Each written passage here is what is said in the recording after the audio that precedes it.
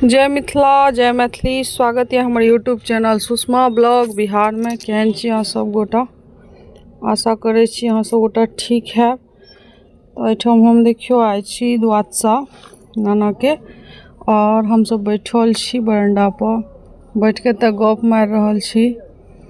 और एते देख सके छिए एठाम भए रहल है नाना के द्वादशा के श्राद्ध यानी कर्म भए रहल है। त अहाँ सब गोटा वीडियो के माध्यम से आनंद लियो वीडियो के। एठाम हमर मामा भी बैठल है जे पाचक बना लिया। एठाम देखियो यारी नाना जी जकर फोटो एठाम देखियो राखल है पुण्यतिथि के। तो हमरा सब एठाम कर्म देखे के लेल बैठल छी और हम बढ़िया से कर्म नहीं देखले रही।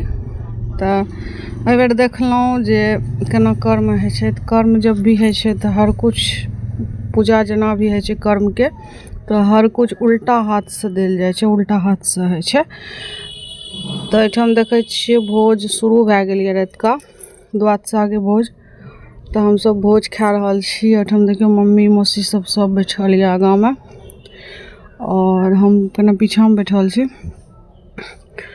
तो अहाँ सब वीडियो के माध्यम से पूरा वीडियो के एंजॉय करू और आनंद लिया। तो बारीक सब देखियो आराम से परस रहल ये और भोज भी बहुत सुंदर भेल।